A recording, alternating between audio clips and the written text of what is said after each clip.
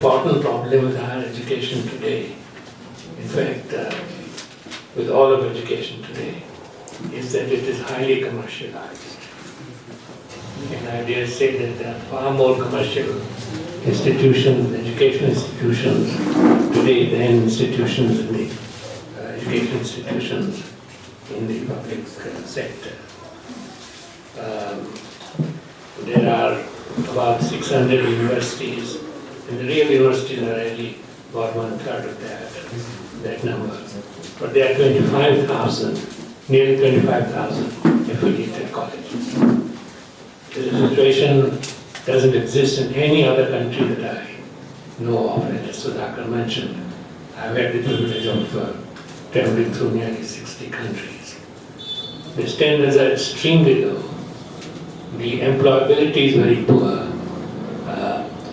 Between 70 to 95% graduates, depending on which sector you're looking at, that we produce today are unemployable, totally unemployable. And I say this from personal experience, as well as the experience of a very large number of distinguished educationists in the country today. They carry out no research.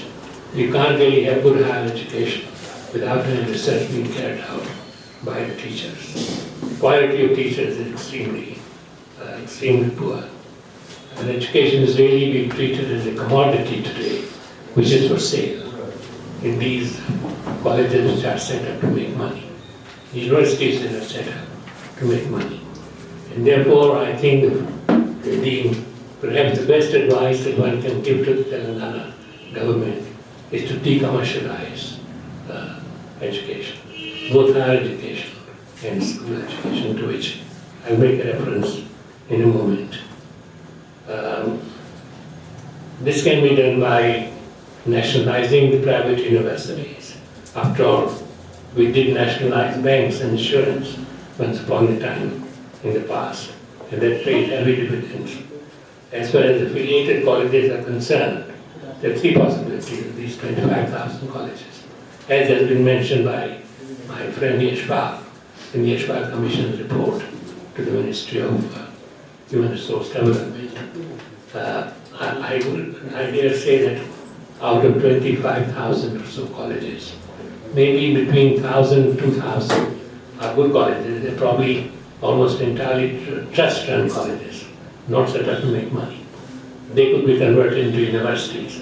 We need 3,000 universities, and we don't even have 1/5 of that number. So this will help if 1,000 colleges can be converted into universities. Good colleges, I said primarily trust-run colleges. The others, some of them which have the potential of becoming universities, could be given 3 to 5 years to come to that standard. And the rest of them could be converted into technical institutions. We need 200,000 vocational institutions. We only have 5,000. So these remaining affiliated colleges could be converted into these vocational institutions. And we could have one common entrance test for all the universities in the country, for all courses, as happens in the United States, for example. And I hold no brief for the United States on other accounts. So that's my first recommendation. My second recommendation is that as of today, none of the universities in Telangana or even Andhra have undergraduate classes. Now India is the only country where universities don't have undergraduate classes. Believe me, it's the only country in the world where none of the 13 universities in Andhra Pradesh and in Telangana have undergraduate classes. In fact, undergraduate classes all over the world are taught by the best teachers. Here they are taught by the worst teachers. But the best teachers are in the universities. So that is the second recommendation. It's also a recommendation of the Yashpal Committee that bring back undergraduate classes in the universities. My third recommendation is to realize that you cannot improve higher education without taking care of school education. In fact, if you take care of school education, higher education will take care of itself.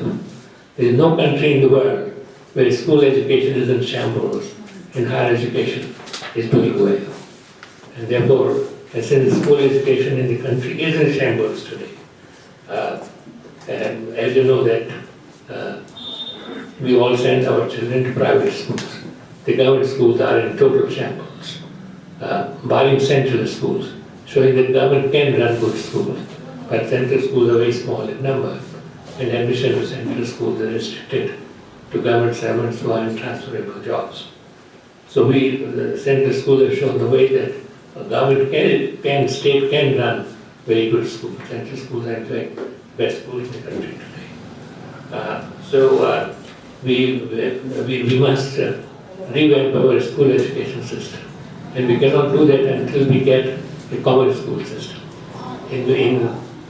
where children of people living in a particular area go to a particular school, and therefore children of all classes, all castes go to the same school, and that's what real democracy is about.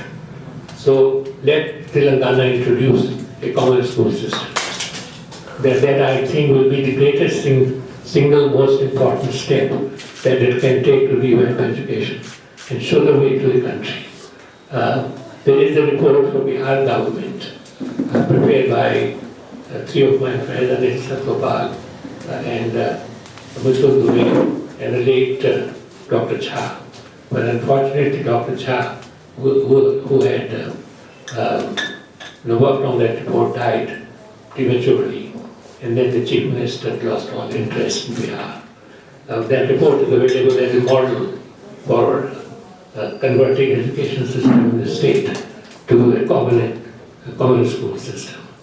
So a model already exists.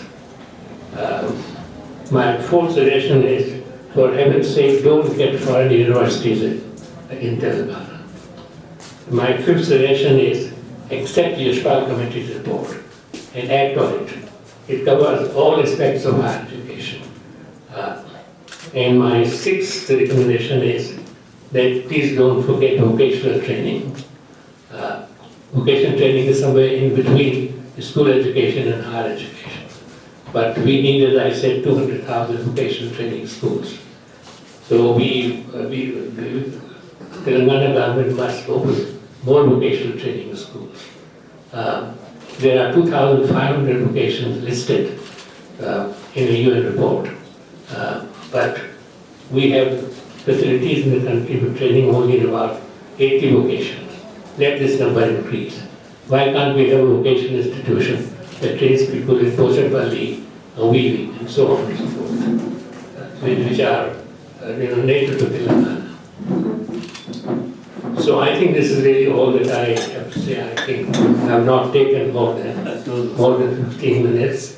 I have left 3 articles with Sudhakar which concern higher education. And I hope he can make use of it. One of them published in EPW, one in the Tribune and one in Indian Express. Well, thank you for your patience here.